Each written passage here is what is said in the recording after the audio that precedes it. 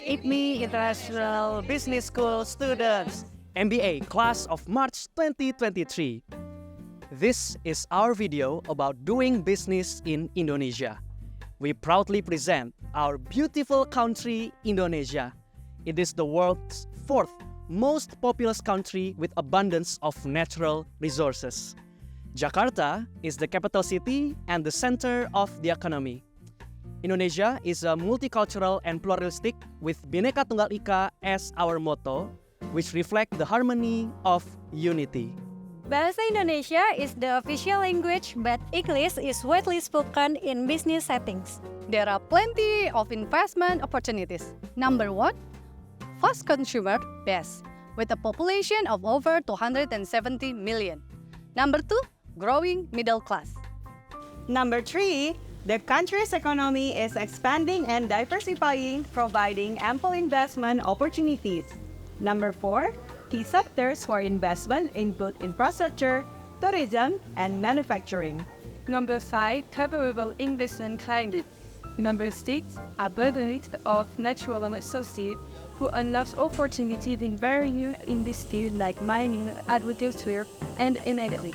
Next, number 7, foreigners can work right away with an investor to that. Number 8, tremendous government support in the form of favorable policies and a simplified process for setting up a new business in Indonesia, allowing immediate business operation. And the last but not least, low startup costs. Indonesia offers an excellent business opportunity, but there are some challenges. Research and understanding of the local market is critical. Proper due diligence is essential. Let's deep dive into these key challenges and our suggested solutions.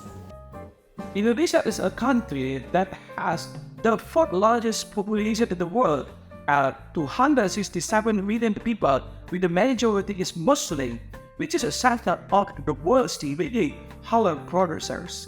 Halal products are products that have been declared halal in accordance with Islamic law. A halal insurance system is an integrated management system which is developed, implemented, and maintained to manage purchasing, production, processing, materials management, and distribution, and other services in accordance with halal standards. This is halal branding, halal certification bodies allowing brands owner to place the halal logo on their product, outlets, or services. Trust is halal still an important factor for the Muslim consumer in chasing daily. Potential halalness in the growth 4.1 CAGR, and Asia, moreover Indonesia growth 7.1% CAGR. Registration can be done via application of Ministry of Religious Affairs, named Pusaka Kemenak Super Apps, or you can also access the website ptsp.halal.go.id. Briefly, this is step-by-step of process obtaining halal certification based on Government Regulation Number 39 of 2021. First, registration via application Pusaka Kemenak Super Apps, or you can also access the ptsp.halal.go.id page. Second, verification the completeness of document and then establishing a halal inspection agency. Third, halal testing by halal inspection agency to inspect or test halal product. Fourth, determine the halality of products through hearing by Indonesian Ulama Council or MUI. After all process complete, government issue halal certificates. Happy to invest in halal industry in Indonesia. As a foreign investor, you need to know what the limitation of foreign ownership in Indonesia are. We will explain to you the type of company in Indonesia and its requirements. So first is a local limited company. It should be fully owned by Indonesian with at least 2 shareholders and 1 local director. So the minimum paid up capital is 4,000 USD or 82,000 USD for an appointed foreign director. Second is foreign-owned company. Foreign ownership is possible. Minimum paid-up capital is 187,000 USD. Third is the representative office. No paid-up capital is required here, but it is only for monitor and coordinating. You cannot generate any revenue with this type of company. Indonesia corporate governance. In 2018, Indonesia streamlined foreign investment, eliminating the need for prior government authorization. Foreign investors can establish limited liability companies following local regulation. However, approval from the Minister of Law and Human Rights is required. Generally, Indonesia is open to foreign shareholding, subject to specific industry restriction. Foreign investment can involve creating a new company or acquiring share in an existing one. Industry-specific restrictions are outlined in the investment list, with the latest version, Presidential Regulation Number 10 of 2021. Each detailed area where foreign investment is prohibited or restricted. For unlisted industry, 100% foreign ownership is possible. The investment list also specifies foreign ownership limits or partnership with the small or medium-sized enterprise. Challenges in Indonesia. Challenges include foreign ownership limitations, complex visa and permit procedures, navigating government regulations and taxation systems. Complying with Indonesian laws requires diligence and careful navigation of these challenges. The next challenge is understand legal framework in Indonesia. The 350 years of Dutch colonial occupation of Indonesia influenced local legislation with Dutch colonial law, which is reflected in the Indonesian Civil Code, the Indonesian Commercial Code, and the Indonesian Criminal Code. The most common ways for foreigners, entities, and investors to set fully foreign-owned companies are through registering foreign company, or we call PMI in Indonesia. The primary legislation covering foreign direct investment, or FDI, is Law Number 27 of year 2007.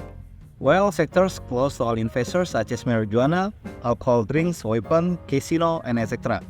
There are four main types of restrictions in FDI. The first one, foreign equity restrictions. Then discriminated screening. Third one, restrictions on key foreign personnel. And the last one, operational restrictions. Another challenge is Indonesian taxation. The tax regulation apply to both companies and individuals. Before starting a new business, we need to understand monthly tax compliance, including corporate income tax, employee withholding tax, value-added tax, and individual income tax. Foreign companies using local nominees or representative offices must adhere to these rules. Even non-profitable entities must submit tax reports with their tax ID. Do not commit tax crimes in Indonesia, and you'll be safe from penalties. For instance, failure to register tax ID or PKP, unauthorized use of misuse of NPWP, a failure to submit tax return until falsified evidence, statement, or document related to taxation. The penalties are not only monetary fines but also jail, so be careful. We recommend you to engage an experienced tax specialist to following these two important things. First is tax compliance, in order to understand more about tax regulation and to avoid paying penalties. The second one is tax planning and management, to strategizing the best way to minimize tax payable with tax exemption the government offer. For instance, CIT reduction of 50% for specific business sector. Indonesia, home to thousands of islands and a rich tapestry of cultures with over 700 distinct dialects, presents unique business challenges. Now let's continue with Dian and Desvi. To overcome language barriers, consider these strategies. First, hire locals. Recruit bilingual employees fluent in English and Bahasa Indonesia. Second, language training. Invest in language training to enhance communication. And the third is expert translators. Ensure precision in documents with qualified translators. For cultural sensitivity, provide training for effective navigation. 5 tech tools. Use translation apps that become serious with automated translations. 6 local partners. Collaborate with organizations knowledgeable about Indonesia's market. By implementing these strategies, you can successfully navigate Indonesian diverse business landscape and ensure sustainable investment. While Indonesia is culturally diverse, the standard way of addressing any present person upon arrival and departure from any gathering is a handshake. Bapak, Sir, for men, and Ibu, Madam, for women, are the standard polite greetings which should be said before their first names. Always allow plenty of travel time for meeting. This is due to the congestion that usually occurs in the capital city of Jakarta. Often meetings take place in conjunction with lunch between 11:30 and 14 or dinners between 6:30 and 8:30. Personal contacts and networks are very important in establishing business deals because business relationships are built on trust and familiarity. Decisions are usually made by consensus, and attempts to impose a decision will often result in the negotiation of a negative outcome. The corporate culture of larger or more traditional organizations is top-down, with final decision-making often reserved for a small group of executives. When meeting new clients, it is important to analyze these factors in order to ensure that your engagement is as productive as possible. Thank you for watching our video. We encourage you to invest in Indonesia. Yay!